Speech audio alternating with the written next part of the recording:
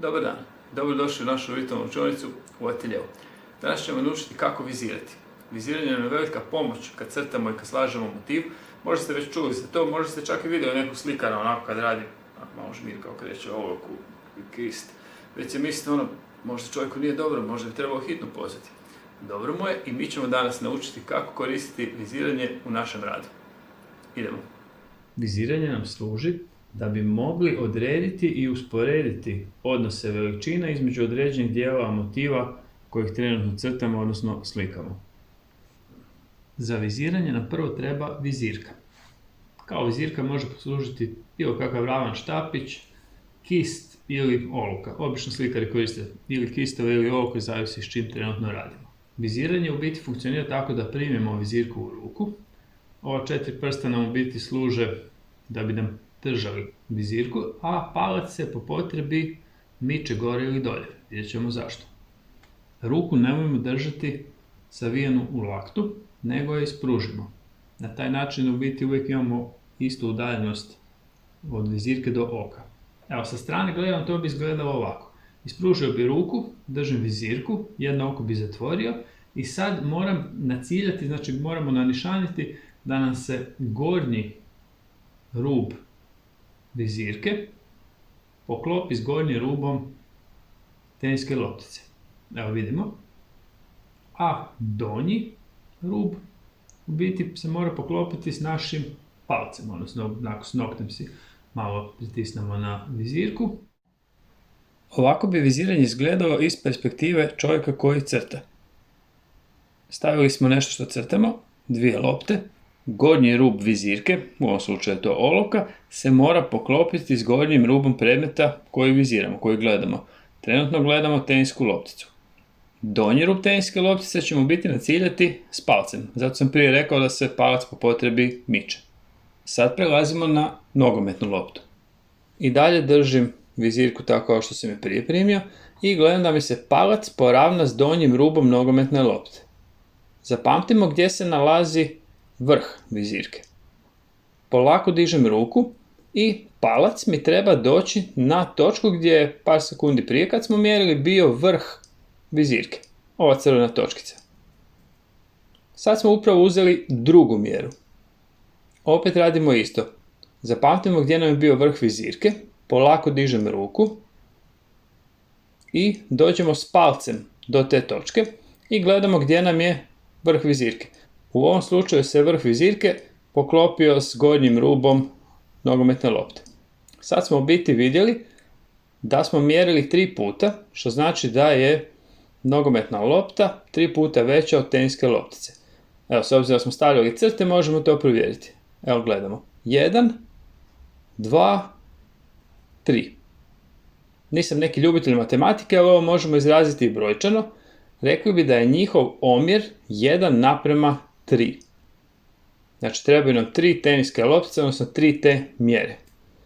Sad znamo da nogometna lopta koju crtamo mora biti 3 puta veća od teniske loptice i sad prelazimo na papir. Ovo što slijedi je smisao viziranja. Viziranjem smo utvrdili da je omjer veličina teniske i nogometne lopte 3:1. U ovom slučaju nogometna lopta 3 puta je veća od teniske loptice. Nas kod viziranja zanimaju upravo ti omjeri koje onda prenosimo na papir kad crtamo. Zanima nas koliko je puta jedna stvar koju crtamo manja ili veća od neke druge stvari koju također crtamo. Uspoređujemo njihove veličine i te njihove omjere prenosimo na papir. Tenisku lopticu smo ovaj put uzeli kao mjerilo kod viziranja i ona će nam također biti mjerilo na papiru. Sad kad znamo da je omjer 3:1, taj omjer trebamo prenijeti i na papir na kojem crtamo. Predmet koji crtamo ne mora na papiru biti jednako velik kao što je u prirodi. Kad nacrtam tenisku lopticu, ni nju ne treba doslovno mjeriti. Nećemo uzeti ravno i mjeriti koliko je to centimetara veliko. Mjerim slično kao što mjerim kod viziranja.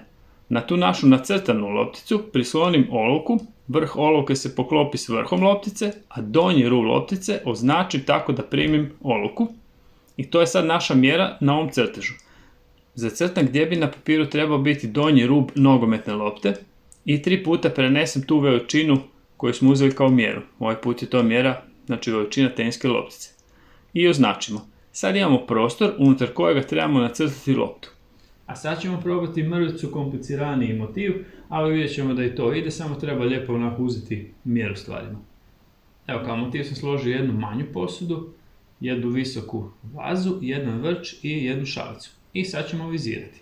Kao mjeru ću uzeti najmanju stvar, malu posudicu i sad u biti viziramo. Znači poklopio se gornji rub kista sa gornjim rubom posudice i donji sam označio s noktom. To nam je mjerilo s kojim sve u biti uspoređujemo.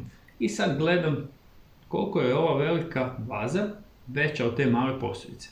Znači vidimo jednom, dva put, tri put. Evo, lijepo nam se je poklopilo, 3 puta je ta visoka vaza veća od male posudice. I sad znam, kad mi krenemo crtati, šta moram raditi. Nacrtao sam malu posudicu i ta njena veličina mi je mjera za sve ostalo. Znamo da je 3 puta ova vaza veća od nje i sad brojim. Znači mjerim 1, 2, 3 puta ovako se s ovokom pomognem, zacrtam si i sad znam. Vaza mi mora doći od te donje do te gornje crte. Znači nema greške, moramo je nekako biti smjestiti između tih crta.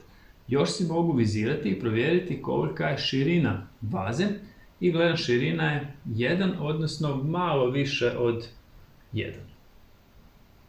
I opet crtamo. Vidjet ćemo često da prislanjamo olovku na tu malu posudicu, to u biti stalno radim, zašto mi je to mjera i na papiru i onda u biti po njoj sve drugo radim. Tvrdili smo da je širina ove visoke vaze malo više od jednog od te naše mjere i tako je nacrtam. Sad gledamo vrč. Viziram, gledam koliko je taj vrč veći, odnosno viši od male posudice i vidim da je to negdje 2 puta. Još ću viziranjem provjeriti kolika je širina gornjeg dijela vrča.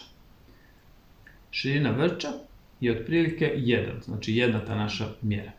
Sad malo gledam gdje bi označio crtu, gdje bi bio donji dio tog vrča i onda označim 2 puta tu mjeru koja se je ponovila, znači 2 puta će biti vrč veći od ove male posudice i onda ga malo razradim. Napravimo ovaj gornji rub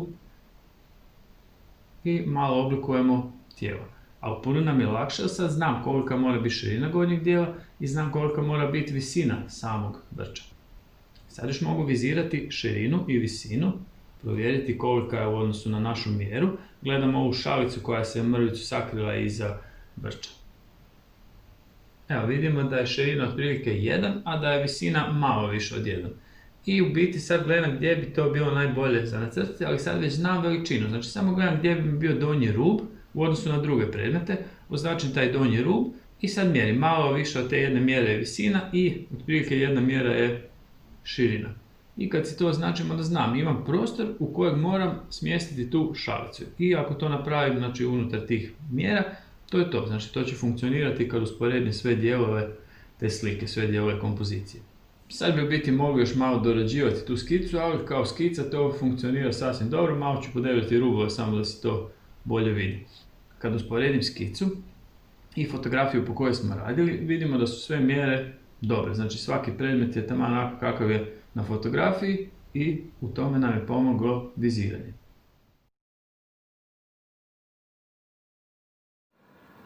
Rad nam je gotov.